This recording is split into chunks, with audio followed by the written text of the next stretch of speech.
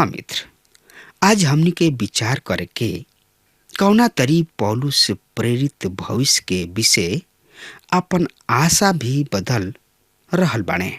मित्र, त एकरा बारे में जानकारी खातिर वह हमरा संगे आपन पवित्र शास्त्र बाइबल निकाल लिहनी। हाँ, तो उनमें देखी फिलिपियो के पत्री 3 अध्याय के 20 पद एह तरी से बता रहल बा। बाकी हमनी के आपन देश सड़क पर बा और हमनी के एक के उद्धार करे वाला प्रभु यीशु मसीह के ओहिजा से आवे के इंतजार करतानी जा। फिलिपी नगर रोम की कॉलोनी रहे।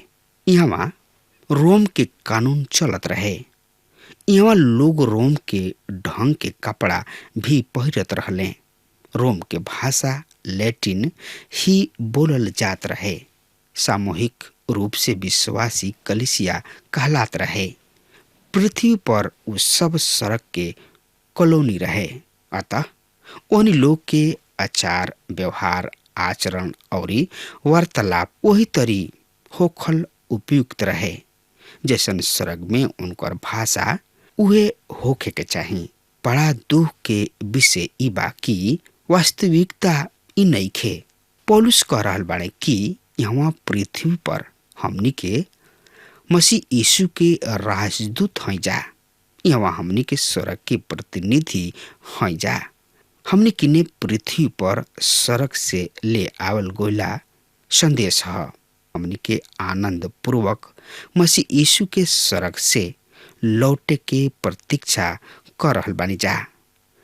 नया नियम के विश्वासी के आशा महाक्लेश काल कबहुओ ना भइल करला, जब वो कह चुकल बाने कि हमार नागरिकता स्वर्ग के ह। कलिसिया त दंड मुक्त संगठन हनु। जैसे भक्त हनोक जल प्रलय के दंड के पूर्ण उठा लिहल गइल रहन, ओही तरी कलिसिया भी महाक्लेश के दंड के पूर्व पृथ्वी से उठा लिहल जाई। प्रभु नूह और उनका परिवार के दंड से सुरक्षित रखले, पर हनोक के उठा लिहले। महाक्लेश काल में प्रभु के कहलाए वाला दूगो समूह होई।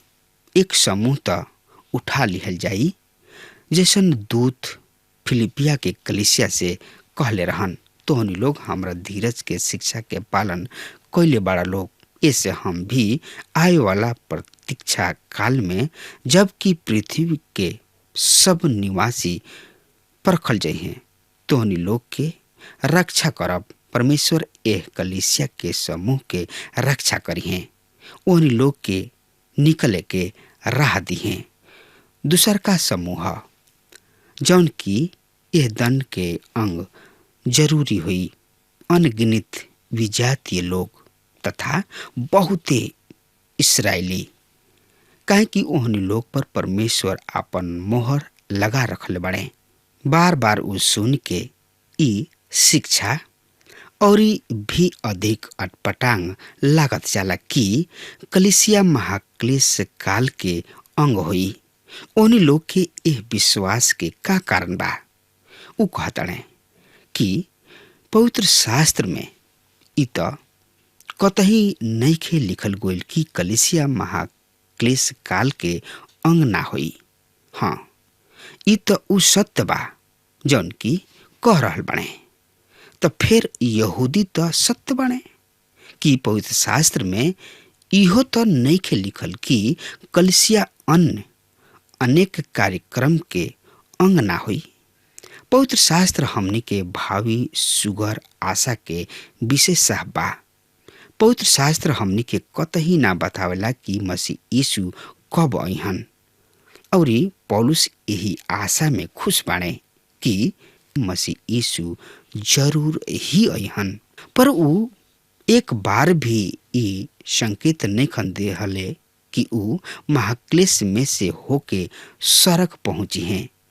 एकहू हालिना उनकर जिंदगी काल पीड़ा दुख से भर पड़ल काल रहे, पर उ भी तो उ महाक्लेश के नाम ना दिहले। हर्षपूर्ण आशा में उ कहताने हमार नागरिकता स्वर्ग में बा। जहाँ से हम मसीह यीशु के निहारी ना। पौलुस के आनंदपूर्ण प्रतीक्षा ये स्पष्ट कर देता कि वो मसीह यीशु के लौटे के प्रतीक्षा यानी कि इंतजार करत रहन, ना कि महाक्लेश काल के। त एकरा बारे में और ज्यादा से ज्यादा जानकारी खातिर रुआ हमरा संगे आपन पवित्र शास्त्र बाइबल निकाल लेनी।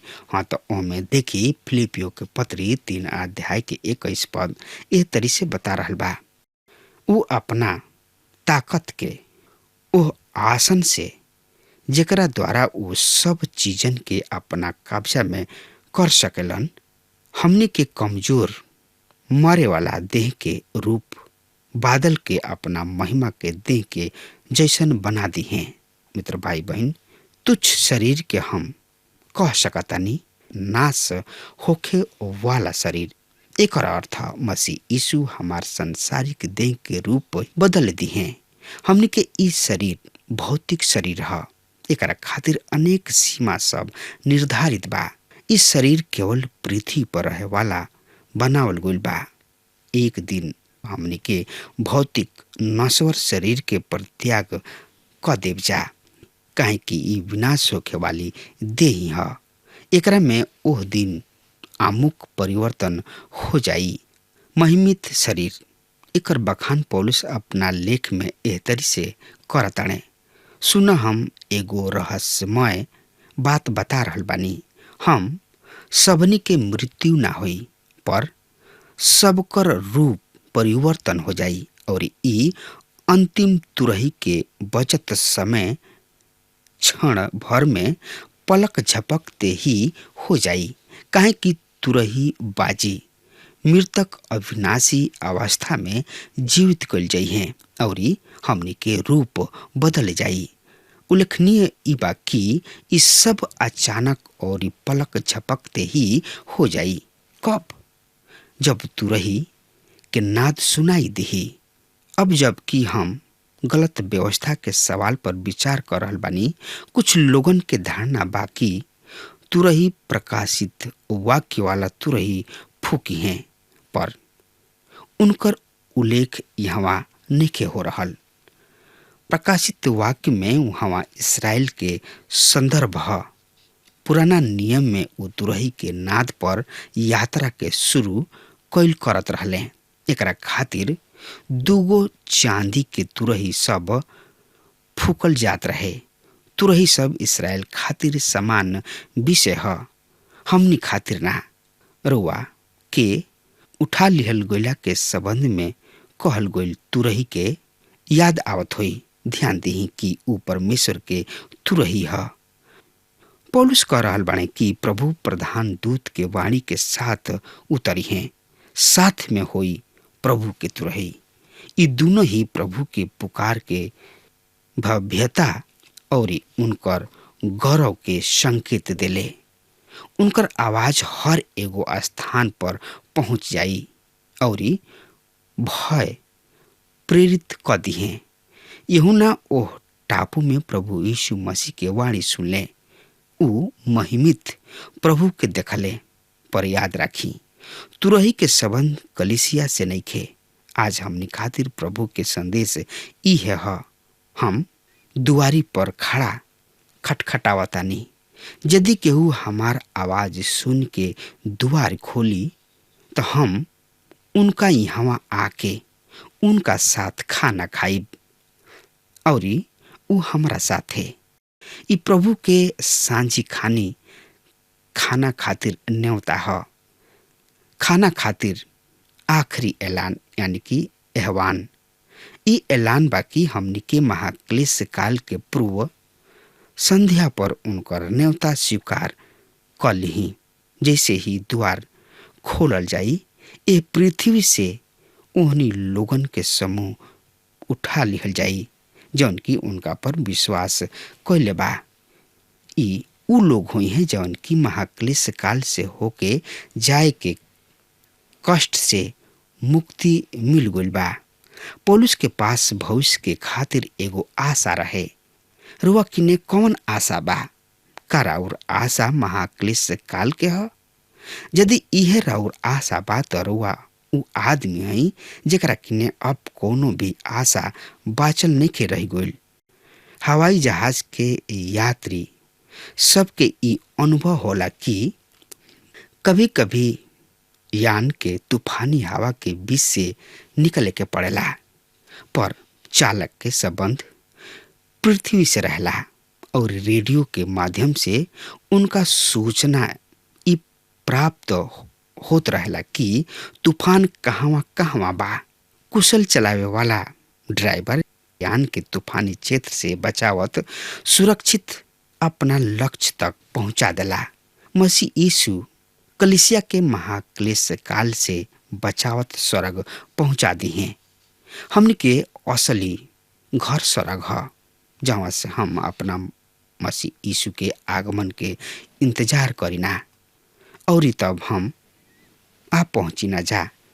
मित्र भाई बहन, अध्याय 4 के मुख्य विषय है मसीही जिंदगी के सामर्थ्य। पहलका पद से लेके 4 पद तक के हम शीर्षक दे सकतानी आनंद शक्ति के स्रोत। मित्रता एकरा बारे में जानकारी खातिर वह हमरा संगे आपन पवित्र शास्त्र बाइबल निकाल लेनी। हाँ तो ओहमे देखी फिलिपियो के पत्री 4 अध्याय के 1 पद एह तरी से बता रहल बा। ऐसे हे हमार प्यारा भाई लोग, तोहनी लोग जे हमरा खुशी और ताज हवा, तोहनी लोग के देखे खातिर हमार मन तरसेला। हे प्यारा लोग, प्रभु में एक ही तरी से अटल रहा। उ सब एक दिन मसीह यीशु के उपस्थिति में होके जा रहल बाणे और पौलुस ये सब के मसीह यीशु किने ले आवे के उपलक्ष्य में स्वर्ग में मुकुट प्राप्त करे वाला के साथ ही उ पृथ्वी पर पौलुस प्रेरित खातिर आनंद के उद्गम बनल रहे। पौलुस एहनी लोग से बहुते प्रेम करत रहन। इफसुस नगर के मसीही सबसे पौलुस आग्रह कैले रहन, परमेश्वर के हथियार बांधल लोग और स्थिर खड़ा रह लोग। पौलुस यह नगर के मसीही सबसे भी कह रहल बाणे, ए तरी स्थिर रह लोग। मसीही विश्वास जिंदगी में स्थिरता पैदा कैल करला। मित्रता एकरा बारे में जानकारी खातिर फिलिपियो के पत्री 4 अध्याय के 2 पद एह तरी से बता रहल बा। हम यूओदिया सुन्तुखे दोनों से विनती करीने कि उ लोग प्रभु में एक मन रह जा। पौलुस अब वो एकमात्र समस्या पर आ रहल बाणे जौन की एह कलीसिया में चलत रहले दिहते। ऐसा लगाता ये दोनों में बोलचाल बंद हो गई रहे। पूर्ण निर्देश सब में भी पौलुस प्रेरित यह सदस्य सब से एक मन होके के अनुरोध कैले रहन। कोनो भी विषय पर मतभिन्नता के होकल स्वाभाविक ही है, पर एकरा से 2 आदमी अलग ना हो जाले। यदि उन्हीं लोग के मसीह यीशु जैसन मन बा, सब सदस्य भिन्न भिन्न हो सकताणे, फिर भी मसीह यीशु में एक बने। 3 पद सुनी ध्यान से हम पढ़ल बानी। हे हमार सच दोस्त, हम तोहरा से विनती करतानी कि तू ओह औरत सबके सहायता करा जौन लोग हमरा संगे क्लेमेस और हमरा दूसरा संगहतिया के संगे सुसमाचार प्रचार काम में हमरा संगे जुटल रहेली। एह लोगन के नाम जिंदगी के किताब में लिखल बा। यहाँ ई स्पष्ट हो रहल बा कि पहला शताब्दी कलीसिया में औरत सबके प्रमुख उत्तरदायित्व प्रदान कइल जात रहे और ई ओ समय के समकालीन संस्कृति में सामान्य विषय न रहे।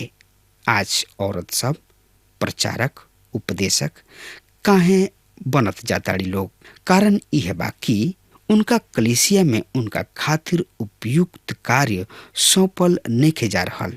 कलीसिया में सेविका सबके पद होला जकरा के अंग्रेजी में डिकनेस संज्ञा दिहल गइल बा।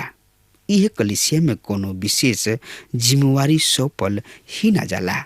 पौलुस यहाँ प्रकट कर रहल बाणे उ हमरा साथ साथ मेहनत कैले बाड़ी यदि कलिसिया में औरत सब के उचित स्थान दिहल जाओ तो कलिसिया में उठे वाली अनेक समस्या सबसे छुटकारा पावल जा सकता। अब हमार समय खत्म हो रहा बा, तब तक खातिर हुआ हमरा के आज्ञा दी। परमेश्वर हुआ के बहुत ही आशीष देश। आमीन।